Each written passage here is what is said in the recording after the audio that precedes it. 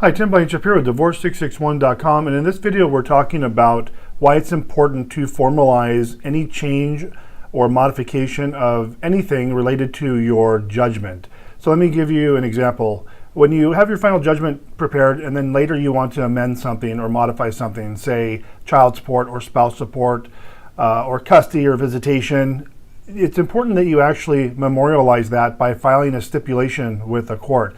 And I want to give you an example. I had a past client call me. We did their divorce a couple of years ago, and he said, "Tim, 2 years ago, my wife and I had an agreement to verbally to stop the alimony, and everything's been fine. But now we need to buy a house or refinance." I don't forget the issue, but it had something to do with the lender needing to see that that order was not the case anymore, and they had never done the stipulation.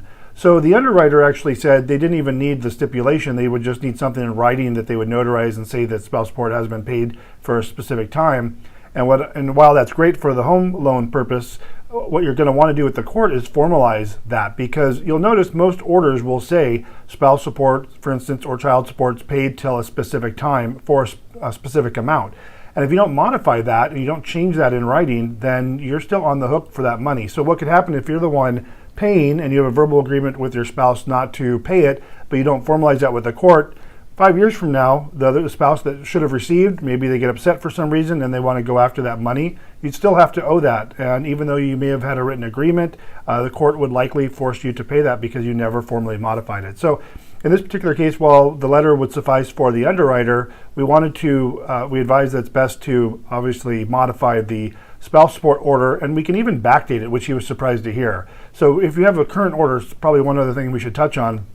They had stopped paying it a year or two ago, and I said, well, we need to write the order to back that up, to say, yes, we're filing this motion to modify, not motion, but the stipulation to modify now, but we're modifying it saying that spouse support, the agreement to spouse support was to stop at whatever point they stopped a year or two ago.